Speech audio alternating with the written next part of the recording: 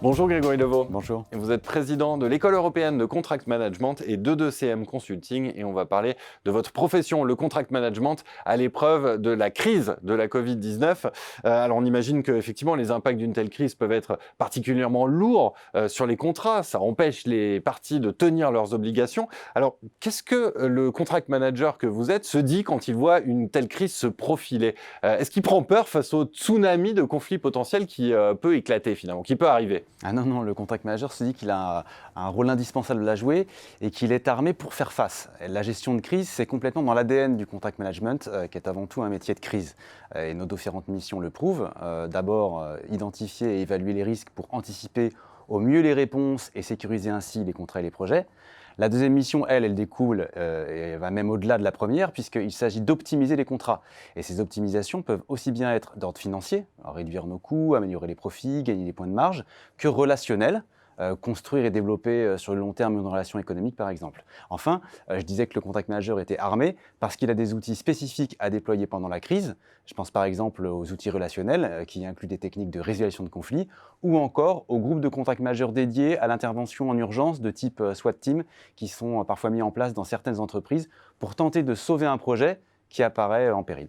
Mais outre les objectifs, outre les outils, au-delà de tout cela, pour le contract manager, quelle est la clé pour traverser avec succès une crise? C'est bien sûr l'adaptabilité qui ne concerne d'ailleurs pas forcément que le contract management en entreprise. Pour un individu ou un écosystème, on parlerait de faculté de survie grâce à sa capacité d'adaptation, pour évoquer Darwin. Et ça veut dire que face à une crise, le contract manager va chercher les zones de flexibilité dans le cycle contractuel pour préparer, négocier et implémenter le changement. Et j'aime bien à ce sujet rappeler que le mot crise en chinois, et ça reflète tout à fait la pensée de l'impermanence chinoise, est représenté par deux idéogrammes, le premier signifiant danger et le second opportunité.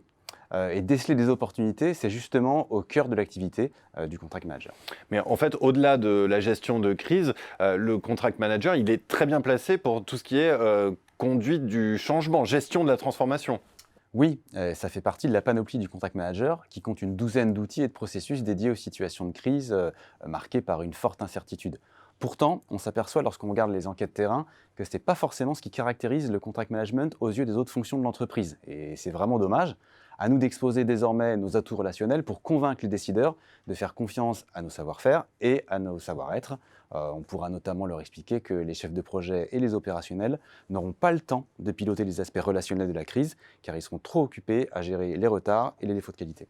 Dernière question, quels sont les risques nouveaux, les fragilités nouvelles qui ont été révélées par la crise de la Covid-19, toutes ces crises concernant évidemment les cycles contractuels? Je crois d'abord que, pour résumer, la complexité croissante des systèmes dans lesquels nous évoluons, qui est d'ailleurs à l'origine même du développement massif du contract management dans les organisations, a pris tout son sens avec cette crise. Et on s'est rendu compte à quel point les dépendances critiques, à la fois opérationnelles, techniques, financières et juridiques, méritaient qu'on mette en place un pilotage contractuel transverse, nécessitant une vision globale sur l'environnement dans lequel évoluent nos projets. L'énorme perturbation causée par un élément extérieur comme ce virus a montré les limites de capacité de résilience des systèmes complexes. Et dans des situations comme celle que nous vivons depuis le printemps 2020, la collaboration contractuelle, basée sur une adaptation, voire une créativité quasi quotidienne, et prenant en compte l'ensemble des dimensions et des parties prenantes d'un projet, est absolument capitale. Le biais visant à brandir des armes contractuelles en surfant sur le rapport de force économique dans une optique très court-termiste de victoire, a vite montré ses limites dans l'actualité qui est la nôtre. Je pense qu'une phase de crise majeure nécessite plus que jamais de remettre au devant de la scène une approche collaborative du pilotage contractuel. La gestion de l'impermanence et la préservation des relations sont désormais les vrais défis quotidiens du contract manager. Eh bien, merci beaucoup Grégory Levaux pour cet éclairage. Merci. Merci.